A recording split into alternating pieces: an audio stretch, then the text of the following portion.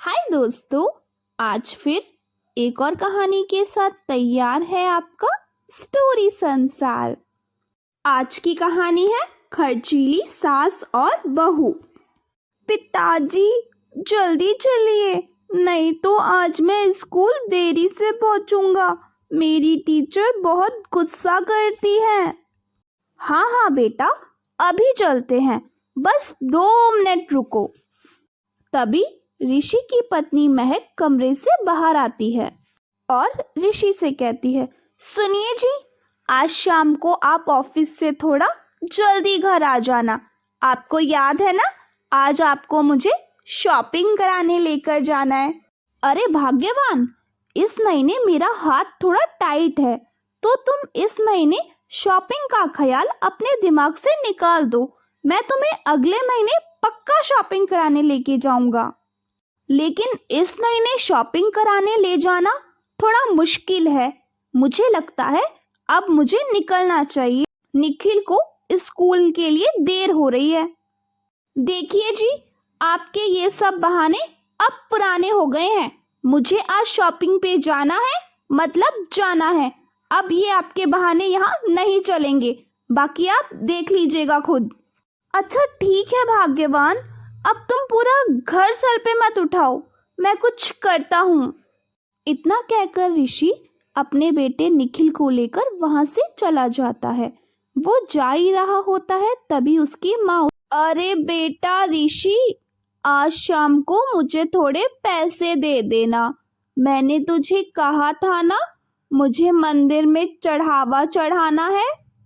अरे माँ, आपको पता है ना, मेरी तनख्वाह आने में अभी पूरे 15 दिन बचे हैं।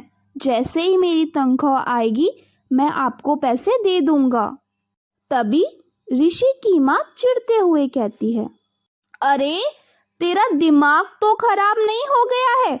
मैंने तेरे भरोसे ही तो पंडित जी को पैसे देने का वादा कर दिया था, और तू अब कह रहा है पैसे नहीं है।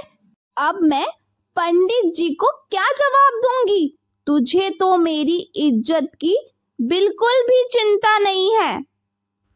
अच्छा ठीक है माँ, तुम गुस्सा मत करो, मैं शाम तक पैसों का इंतजाम करता हूँ।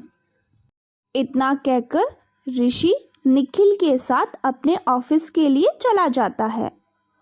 फिर दोपहर में ऋषि जब अपने दफ्तर में होता है तो उसे अपनी माँ और अपनी पत्नी की बातें याद आ रही होती है। तभी ऋषि का एक ऑफिस का दोस्त ऋषि के पास आता है। ऋषि का दोस्त ऋषि से कहता है, क्या हुआ ऋषि, थोड़े परेशान लग रहे हो? वो क्या है ना रमेश भाई, मुझे कुछ दिनों के लिए पैसों की सख्त जरूरत है। क्या तुम मुझे कुछ दिनों के लिए कुछ पैसे उधार दे सकते हो? ऋषि भाई, मैं तुम्हें पैसे उधार दे तो सकता हूँ, लेकिन तुम मुझे पैसे टाइम पर वापस कर देना। मैं नहीं चाहता कि पैसों की वजह से अपनी दोस्ती खराब हो। वैसे तुमने ये कहावत तो सुनी होगी ना कि पैसों की वजह से रिश्ता खराब होता है। अरे मोहन भाई, तुम बिल्कुल भी टेंशन मत करो, मैं तुम्हें तुम्हारा पैसा वक्त पे लौटा दूंगा। इसके बाद मोहन रमेश को कुछ पैसे दे देता है। शाम को रमेश अपने दफ्तर से वापस आता है। दफ्तर से आकर ऋषि कुछ पैसे अपनी माँ को देता है और अपनी पत्नी को भी शॉपिंग कराने बाजार ले जाता है। ऋषि की माँ और पत्नी का व्यवहार जरूरत से ज्यादा खर्चीला होने की वजह से दोनों बेवजह पैसे बर्बाद करती हैं।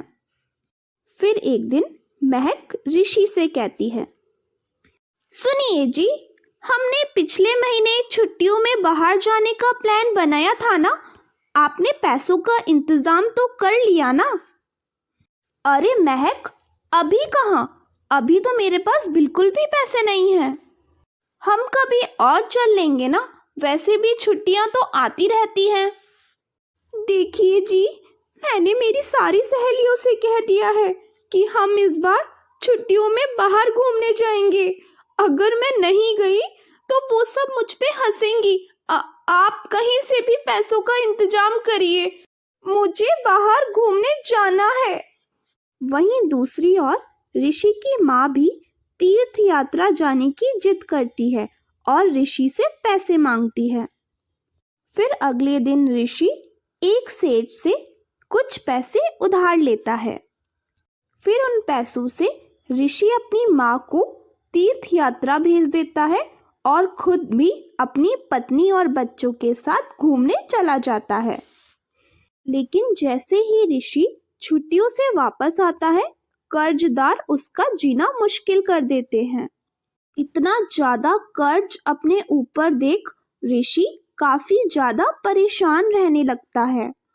ऋषि निखिल की फीस भी समय पर नहीं भर पाता। एक दिन उसे निखिल की फीस समय पर नहीं भरने की वजह से स्कूल में बुलाया जाता है।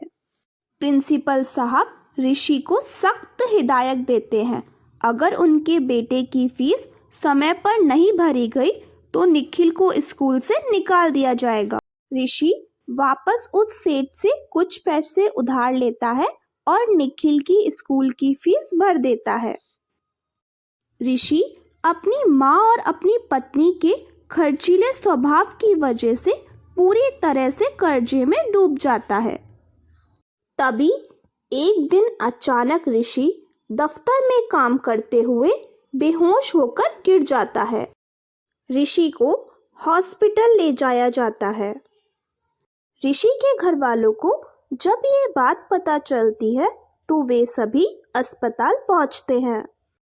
अस्पताल में डॉक्टर उन्हें बताते हैं, देखिए, देर रात तक काम करने की वजह से और ज़्यादा सोचने की वजह से इन्हें चक्कर आ गया था। बेहतर यही है ये कुछ दिनों के लिए पूरी तरह से आराम करे। डॉक्टर की ये बात सुनकर ऋषि के बेटे निखिल को बहुत तेज गुस्सा आता है। वो अपनी दादी और माँ से कहता है, माँ, दादी, मैं इतना छोटा हूँ, फिर भी ये बात मैं समझता हूँ। पिताजी दफ्तर में पूरे दिन काम करते हैं और घर का खर्च चलाते हैं और आप दोनों उन पर फिजूल के खर्चों का दबाव डालती हैं। आज पिताजी की ये जो हालत है ना, उसकी जिम्मेदार आप दोनों हैं। निखिल की ये समझदारी वाली बात सुनकर ऋषि की माँ और पत्नी दोनों को अपनी गलती का एहसास हो जाता है।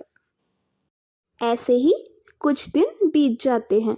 कुछ दिनों बाद ऋषि बिल्कुल ठीक हो जाता है और पहले की तरह अपने दफ्तर जाना शुरू कर देता है और अब उसकी पत्नी और माँ उसे पैसों के लिए बिल्कुल भी परेशान नहीं करती।